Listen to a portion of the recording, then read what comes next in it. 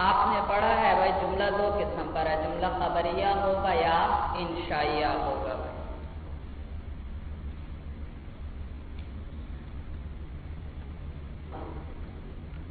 اور دوسری تقسیم یہ کہ جملہ یا جملہ اسمیہ ہوگا یا فعلیہ ہوگا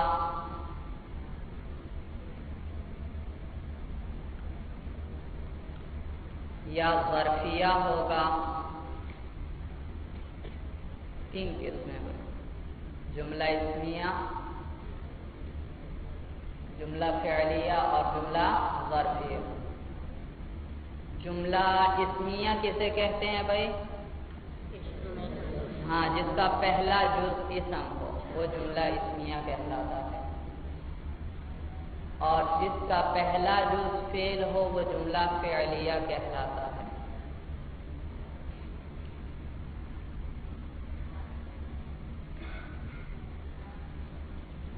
ایک تیسری قسم میں نے بتلائی جملہ ظرفیہ۔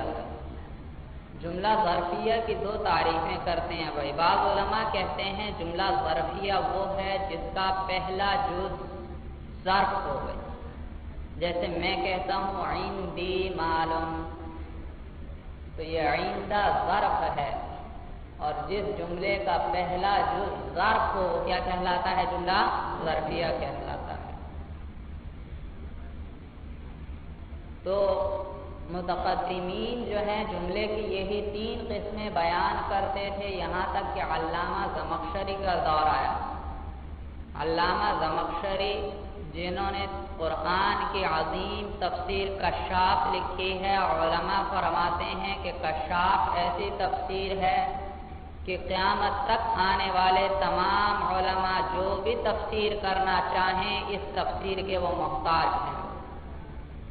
تو علامہ زمخشری نے ایک تیسری قسم بیان کی، جملہ شرطیہ۔ تو جملہ شرطیہ، جملہ ظرفیہ، جملہ اسمیہ اور جملہ فعلیہ، اگرچہ ان کا معال پھر دیکھا جائے تو صرف دو ہی قسم بنتی ہے، جملہ اسمیہ ہوگا یا فعلیہ ہوگا۔ جملہ ظرفیہ کے اندر بھی مبتدا خبر بن جائیں گے، وہ جملہ اسمیہ بن جائے گا، اور جملہ شرطیہ کے اندر بھی اسی طرح ہوگا، وہ جملہ اسمیہ بنے گا یا جملہ۔ تو بس آسان لفظوں میں یوں سمجھیں جملہ دو ہی قسم پر ہے، ایک جملہ اسمیہ ہے جس کا پہلا جز اسم ہو، اور دوسرا جملہ فعلیہ ہے جس کا پہلا جز فعل ہو۔ اب جملہ اسمیہ سے ہم ترکیب شروع کرتے ہیں بھائی، ابتدا میں بالکل آسان تراکیب سے شروع کریں گے تاکہ کمزور طلباء کو ساتھ لے کر چلنا ہے بھائی، وہ بھی تاکہ ہمارے ساتھ چل سکیں، اور جن ساتھیوں کو آتی ہے وہ بھی اپنے دوسرے ساتھیوں کی اعانت کرتے رہیں بھائی۔ دین کا کام آپ یہ نہ سوچیں کہ جب پڑھانے جائیں گے وہاں پھر ہم دین کا کام کریں گے، نہیں بھائی، یہ بھی دین کا کام ہے، یہاں پر اپنے ساتھیوں کو تیار کرو، ان کے ساتھ محنت کرو۔ آپ کی وجہ سے اگر آپ کے ایک یا دو ساتھی بھی تیار ہو جاتے ہیں تو وہ ساری زندگی جتنے نیک عمل وغیرہ علم کے ذریعے جو اشاعت میں کام کرتے رہیں گے اس سارے کے ثواب میں آپ بھی حصہ دار بن جائیں گے۔ تو جملہ اسمیہ یاد رکھیں، اس میں دو چیزیں ہوتی ہیں بس، ایک ہے پہلا جز وہ مبتدا کہلاتا ہے اور دوسرا جز خبر۔ مبتدا بھی مرفوع ہوگا اور خبر بھی مرفوع ہوگی۔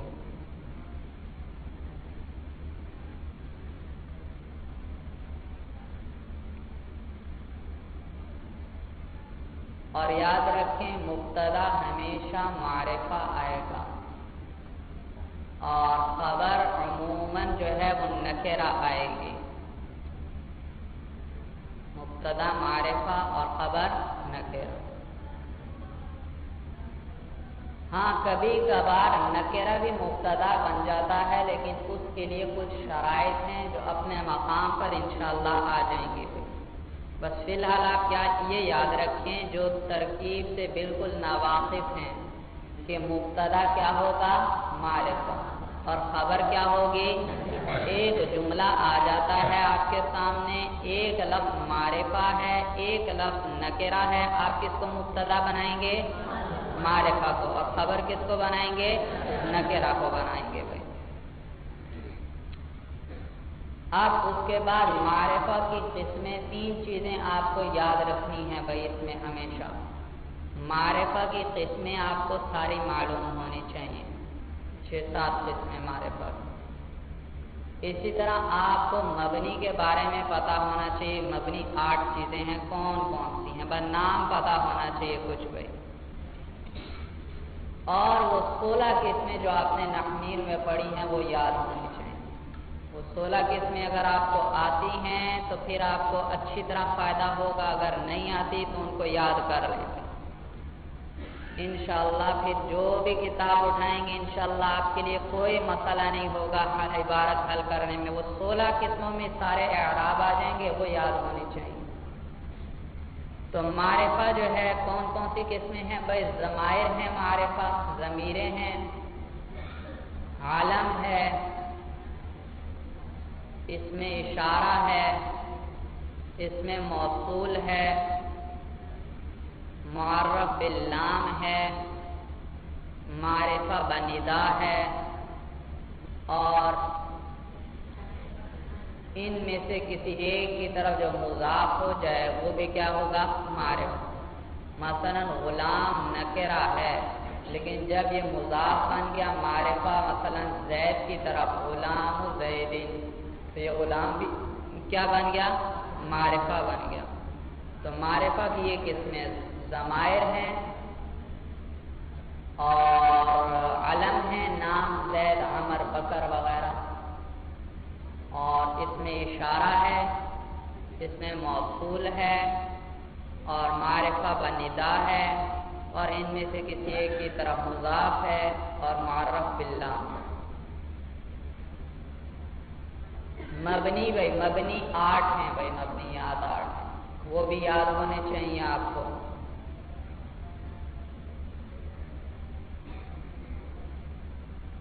جی، مبنیات تمام ضمیریں آ گئی اس میں بھائی، ضمائر، اسماء اشارہ، اسماء موصولہ، جی، اور کچھ مرکبات ہیں بھائی وہ مبنی ہیں، اصوات ہیں، اور کتنے ہو گئے بھائی؟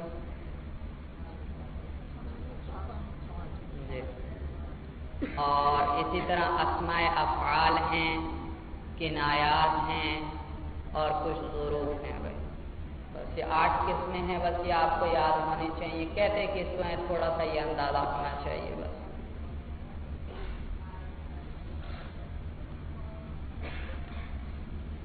لکھ لیے بھائی مبنی؟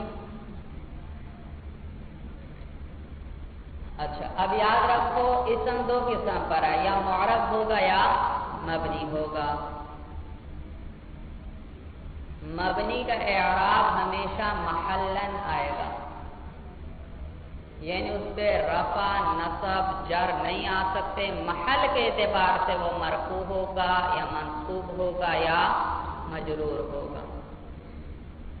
اور جبکہ معرب کا اعراب یا لفظی ہوگا یا تقدیراً ہوگا، یا لفظاً ہوگا یا تقدیراً ہوگا، 2 قسم۔ تو اعراب 3 قسم پر ہوا بھائی، یا لفظی ہوگا، یا تقدیری ہوگا، یا محلی ہوگا، تو یہ یاد رکھیں بھائی۔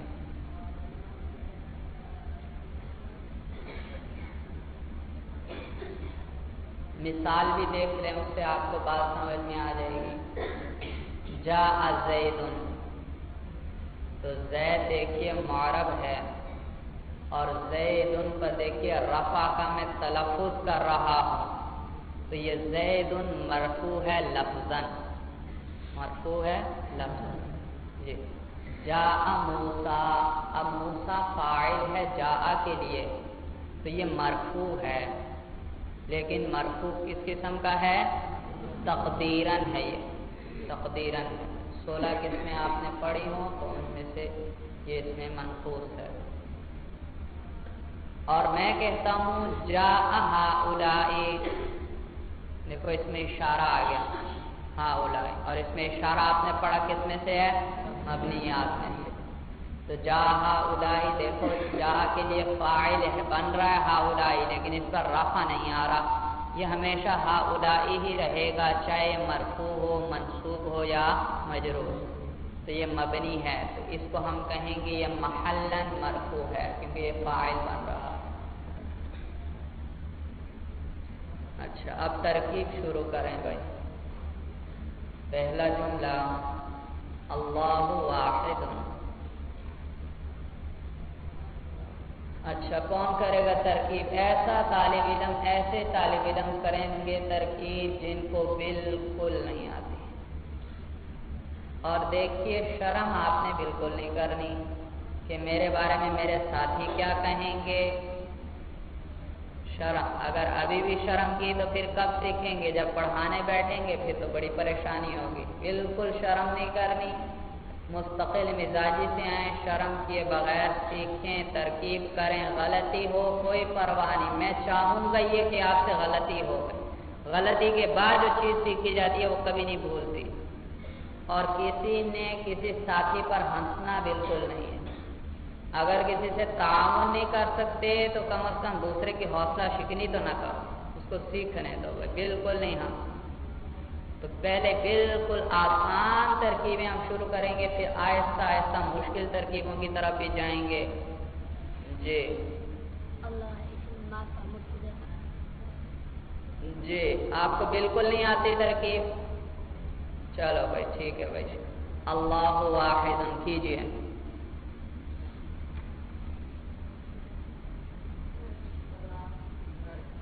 بیٹھے بیٹھ کر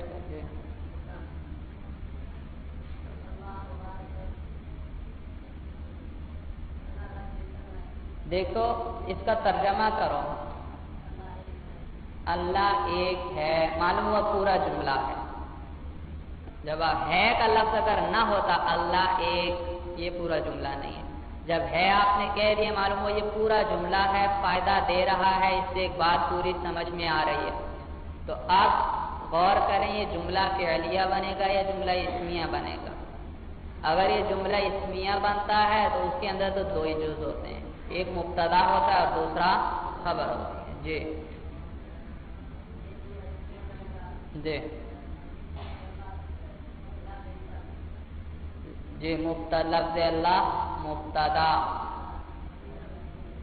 جی، اس کا اعراب بتلاؤ بھائی۔ اب اعراب کے ذریعے بھائی آپ نے جب عبارت کتاب کے اندر حل کرنی ہے، وہاں ہر لفظ کا اعراب نکالتے جاتے ہیں، پھر اس کو تیزی سے پڑھ لیتے ہیں، تو یہاں بھی اعراب بتائیں بھائی۔ مرفوع، اور مرفوع پھر میں نے بتایا تھا 3 قسم پر ہے، یا لفظاً ہوگا یا تقدیراً ہوگا یا محلاً ہوگا۔ بھائی لفظاً کیسے ہے؟ تو تقدیراً ہے بھائی۔ جی آپ کو کیسے پتا چلا یہ لفظاً ہے؟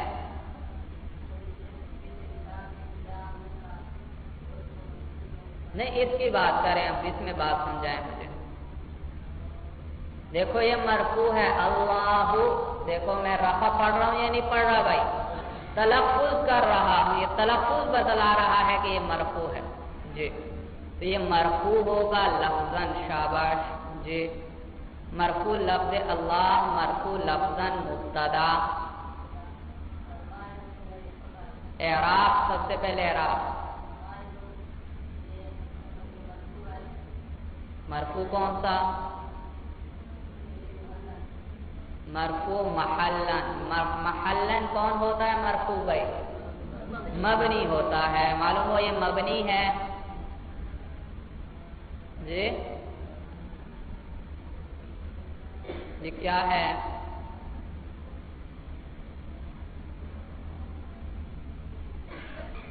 مرفوع لفظاً ہے، تقدیراً ہے یا محلاً ہے؟ لفظاً مرفوع، آپ کو کیسے پتا چلا؟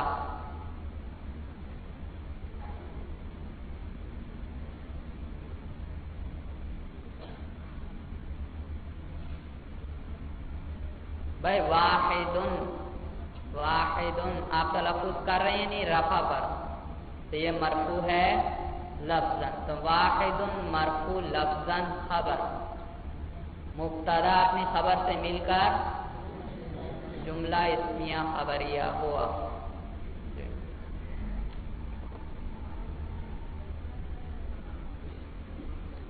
جی زید رجل، کون کرے گا ترکیب؟ ایسا طالب علم جسے بالکل نہ آتی ہو وہ ہاتھ اٹھائے بھائی، اور کوئی نہ ہاتھ اٹھائے۔ جی زید رجل، جی ترکیب، خلاصہ کلام نہ سنا ہے بھائی، ترکیب کرو۔ ہاں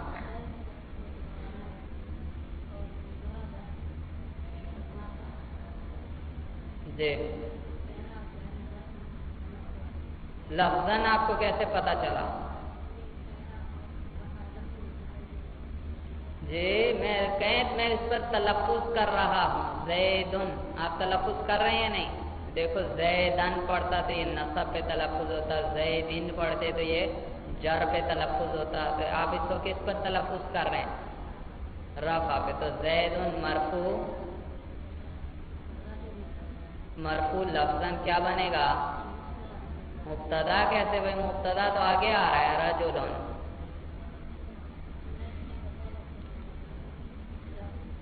جی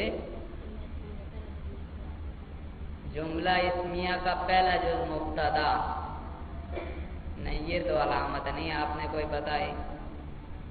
دیکھو غور کرو، دو لفظ ہیں آپ کے پاس صرف، ایک زید ایک رجل۔ زید معرفہ ہے، معرفہ کی وہ 6-7 قسمیں یاد ہیں، ان میں سے یہ علم ہے، آپ غور کریں، نام ہے کسی کا۔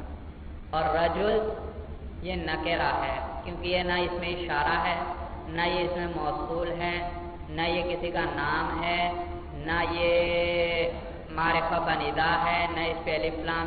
آپ 6-7 قسموں پہ غور کر لیں، ان میں سے کوئی بھی نہیں معلوم ہو یہ نکرہ ہے، تو یہ نکرہ ہوا۔ اور جب دو اسم آپ کے پاس ہوں، ایک معرفہ ہو ایک نکرہ ہو، تو مبتدا کس کو بنانا ہے؟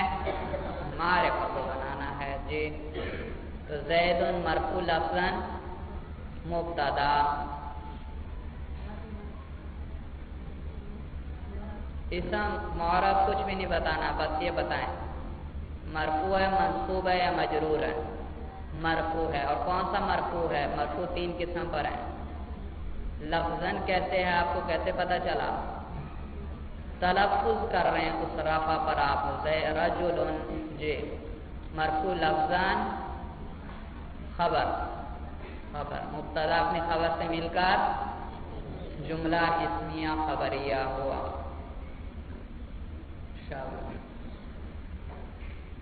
ھذا زید، یہ کون کرے گا ترکیب؟ اور کس کو ترکیب نہیں آتی بھائی؟ ہمت کرو بھائی، شرم کو چھوڑ دیں تھوڑی دیر کے لیے۔ شاباش، مستقل مزاجی سے آنا بھی ہے، ٹھیک ہے بھائی۔ جی ھذا زید،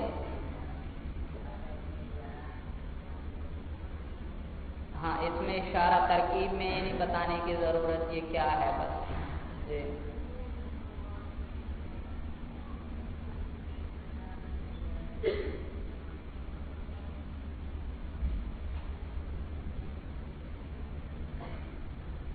ھذا زید کیا ترجمہ ہوا؟ یہ زید ہے، پورا جملہ ہے معلوم ہوا۔ اور اس میں کیا آ رہا ہے؟ اسم ہے یا فعل آ رہا ہے شروع میں؟ اسم آ رہا ہے، معلوم ہوا یہ کون سا جملہ ہے؟ جملہ، اور جملہ اسمیہ میں کتنی چیزیں چاہیے ہوتی ہیں؟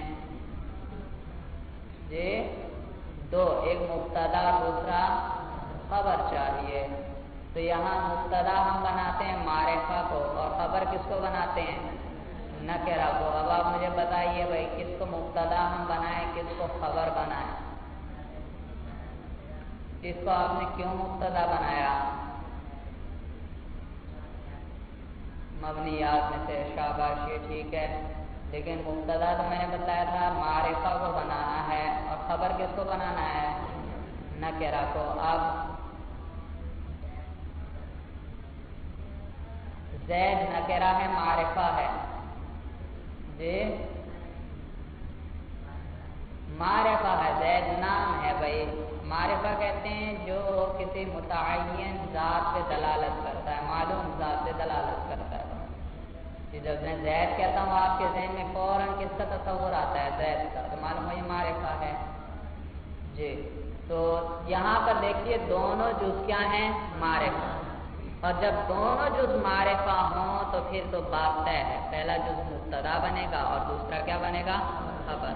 ویسے کبھی مبتدا مؤخر بھی ہو سکتا ہے، لیکن جب دونوں جز معرفہ ہوں، کیونکہ مبتدا میں اصل ہے معرفہ ہونا، مقدم ہونا، مبتدا میں اصل ہے مقدم ہونا، تو اب اگر آپ یہ کہیں کہ ھذا زید، ھذا بھی معرفہ، زید بھی معرفہ، لہذا ھذا کو کیا کر دو؟ خبر بناؤ، اور زید کو کیا کر دو؟ مثلا بعض ترکیبیں ایسی آتی ہیں جہاں دونوں طرف سے ترجمہ صحیح بنتا ہے، یہاں بھی تو اس صورت میں پھر پتہ نہیں چلتا، اس کے علماء لکھتے ہیں جب خبر اور مبتدا دونوں معرفہ ہوں تو مبتدا کا مقدم کرنا واجب ہے بھائی، ورنہ پتہ ہی نہیں چلے گا کون مبتدا ہے کون خبر۔ تو یہاں دونوں جو معرفہ، لہٰذا ایک کو کیا بنا دو؟ مبتدا، دوسرے کو کیا بنا دو؟ خبر بنا دو جی۔ اب کریں ترکیب، ھذا نہیں، اس میں اشارہ کہنے کے لیے ضرورت، بس اعراب بتاؤ اس کا، پہلے اعراب بتاؤ پھر اس کو مبتدا بناؤ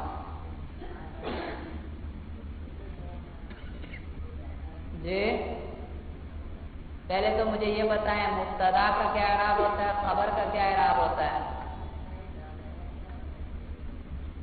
مبتدا مرفوع ہوتا ہے ہمیشہ، یاد رکھو بھائی، صورت سمجھ میں آئی؟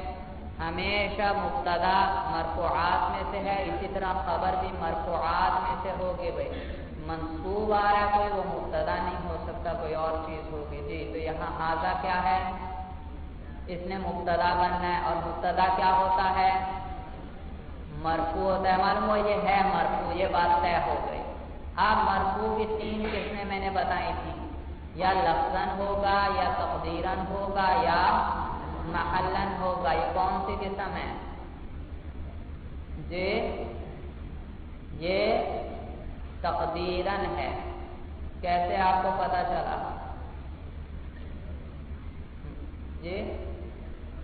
تلفظ نہیں اور معلوم ہوا تقدیراً یا محلاً میں سے کوئی ایک ہے یہ، تو ان میں سے پھر آپ نے تقدیراً کا کیسے طے کیا بھائی؟ وہ 8 قسمیں مبنیات کی یاد کر لو بھائی، مبنی، ان میں سے پہلی دوسری قسم میں نے کیا لکھوائی ہے؟ اس میں اشارہ مبنیات میں سے ہے، تو ھذا بھی کیا اس میں اشارہ، تو یہ بھی مبنی ہوا، اور مبنی کا اعراب کیا ہوا کرتا ہے؟ محلاً ہوتا ہے، آپ نے تقدیراً نہیں کہنا کہ یہ مبنی ہے، پہلے یہ دیکھ لیا کرو یہ معرب ہے یا مبنی ہے، اور پھر فوراً اعراب بتایا۔ تو یہ ہے مبنی، اور مبنی کا اعراب محلاً۔ تو اب اس کو کیسے پڑھیں گے؟ ھذا مرفوع، شاباش، دیکھا، ھذا مرفوع محلاً مبتدا۔ اگلے جز کی طرف اب چلے جائیں، زید پر کیا اعراب آئے گا؟ زید کیا بن رہا ہے؟ خبر بن رہی ہے، اور خبر کا کیا اعراب ہوتا ہے جی؟ خبر بھی مرفوع ہوتی ہے، تو اب کیسے پڑھیں گے اس کو؟ ھذا زید، ھذا، تو اب جی بتائیے، اب زید کا اعراب بتائیے، مرفوع کون سا؟ محلاً کیوں؟ لفظاً کیسے؟ زیدن، شاباش، زیدن پر کیا کر رہے ہیں ہم؟ رفع پر تلفظ کر رہے ہیں، تو اس لیے یہ مرفوع لفظاً ہوا۔ تو مبتدا اپنی خبر سے مل کر جملہ اسمیہ خبریہ ہوا بھائی، ھذا زید، کیا ترجمہ ہوا؟ یہ زید ہے۔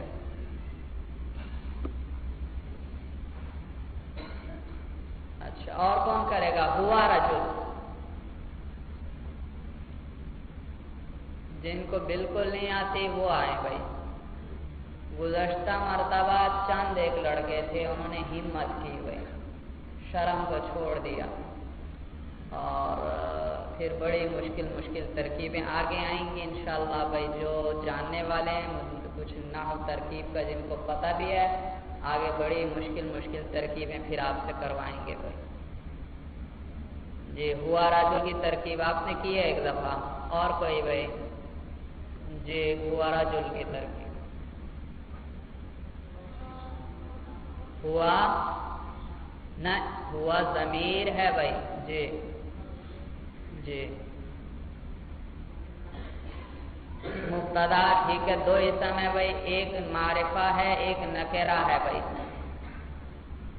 جی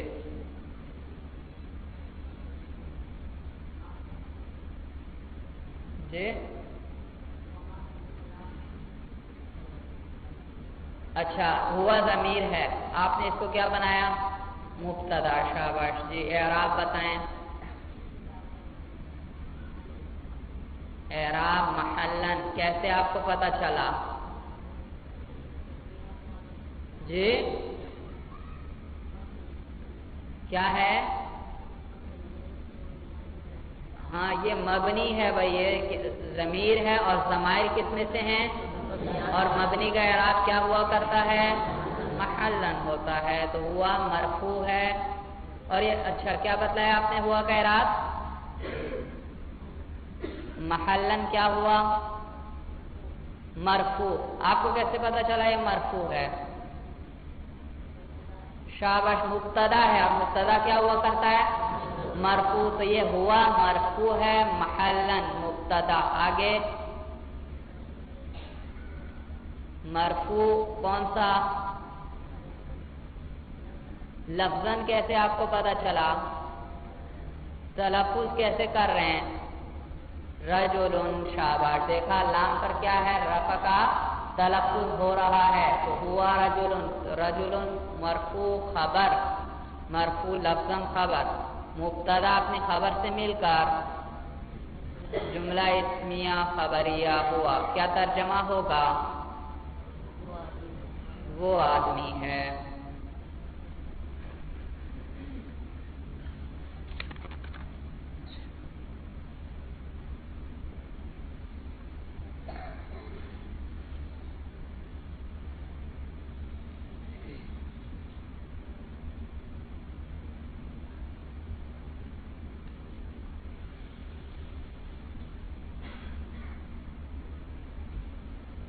اچھا چلیے بس میرا خیال ہے آج بس کرتے ہیں، کل سے پھر انشاءاللہ قوانین شروع ہوں گے.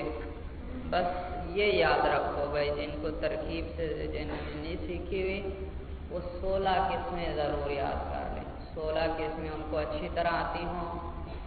اور یہ مبنی جو ہیں 8، یہ آپ نے بتانا ہوگا بھائی. یہ مبنی ہوگا، فوراً آپ نے کہنا ہے اس کا اعراب محلن آئے گا. اور معرفہ کی آپ کو پہچان ہونی چاہیے بھائی. بس یہ 3 چیزیں یاد رکھیں. یہ نہیں میں کہوں گا ساری نحویر آپ یاد کر کے آئیں یا سارے، بس یہ 3 چیزیں تو کم از کم محنت کر کے یاد کر کے آئیں بھائی. انشاءاللہ تعالی بہت جلدی آپ دیکھیں گے مشکل عبارت کیسے حل ہوتی ہے بھائی. انشاءاللہ جی دعا بھی کر لیں آپ سے.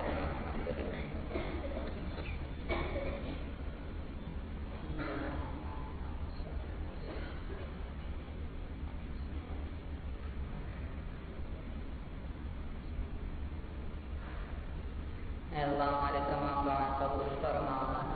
اے اللہ ہمارے تمام دعائیں قبول فرما.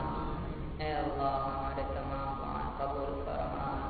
اے اللہ اس پڑھنے پڑھانے کو قبول فرما.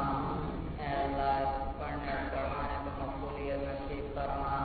اے اللہ طلباء کے لیے بھی امتحان نافع بنا دے. اے اللہ کوئی بھی یہاں سے محروم نہ جائے. اے اللہ بے طلباء کے لیے بھی امتحان نافع بنا دے.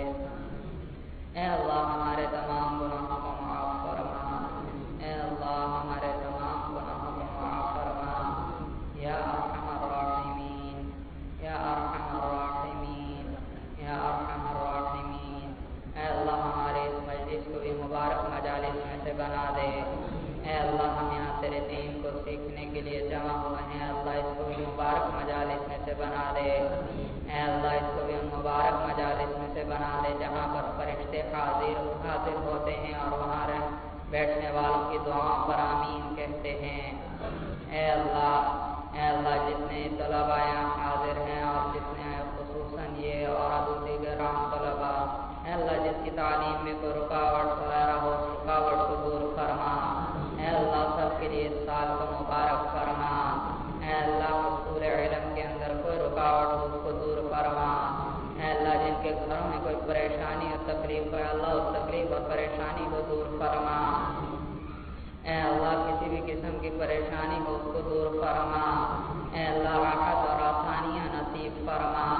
اے اللہ راحت اور آسانیاں نصیب فرما۔ اے اللہ بلند ہمت اور عزم نصیب فرما۔ اے اللہ اس کے مطابق عمل کرنے کی توفیق نصیب فرما۔ اے اللہ نبی کریم صلی اللہ علیہ وسلم کی سنتوں پر عمل کو ہمارے لیے آسان فرما دیجیے۔ اے اللہ ہمارا ہر عمل اے اللہ سنت کے مطابق فرما دیجیے۔ اے اللہ ہمارے دلوں میں آپ کی محبت ہو۔ اے اللہ آپ کے رسول کی محبت ہو۔ اے اللہ صحابہ و قرآن کی محبت ہو۔ اے اللہ اولیاء اللہ کی محبت ہو۔ اے اللہ علماء کی محبت ہو۔